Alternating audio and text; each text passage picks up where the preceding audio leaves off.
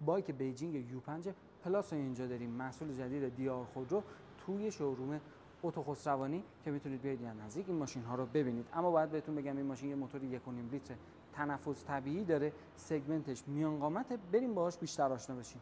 چراغ‌های جدید این ماشین گرافیک جلوشون ما رو یاد محصولات پژو میندازه. جلو پنجره جدید و بزرگشون می‌بینیم و حتی می‌بینیم که هر دو چراغ جلو با یه نوار کرومی به نسبت ضخیم به هم متصل شدن. اما نمای کناری این ماشین رو می‌بینیم خیلی اتفاق خاصی توی کنارش نیفتاده، خیلی طراحی ساده‌ای داره. یه نوار کرومی رو می‌بینیم که زیر خط شیشه رفته و باید بهتون بگم که روی دستگیره هم یه جزئیات کرومی کار شده. سایز رینگ‌ها 16 اینچه و همونطور که می‌بینید دیگه خیلی عجیب غریب نیستش.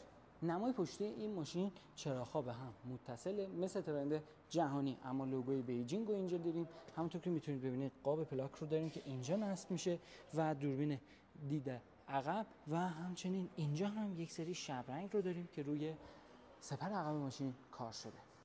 داخل بایک بیجینگ یو 5 پلاس همونطور که میتونید ببینید فرمان دیکات رو داریم. روی فرمان جویستیک هایی هست که برای تنظیم مالتی مدیا، اما مالتی مدیا و کلاسر این ماشین به صورت یک پارچه کار شده.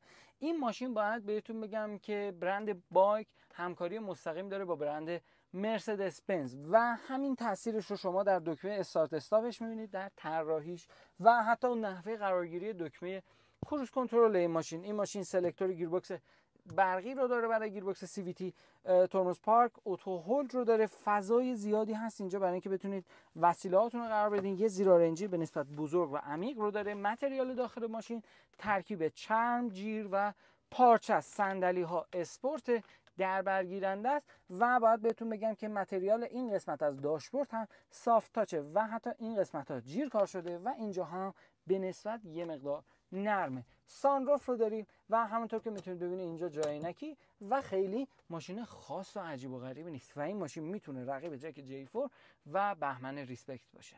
بایک بیجینگ یو 5 پلاس یک موتور 1.5 لیتر تنفس طبیعی داره که میتونه 111 اسب بخار به همراه 150 نیوتن متر گشتاور تولید بکنه. از طریق گیربکس سی وی تی نیرو رو به محور جلو منتقل بکنه. اما نکته مثبت این ماشین همین پیشرانه تنفس طبیعیشه که با کیفیت بنزین موجود در کشور شما پدیده مثل ناک زدن و خرابی موتور رو ندارید و اصطلاحاً عمر مفید موتور بیشتره.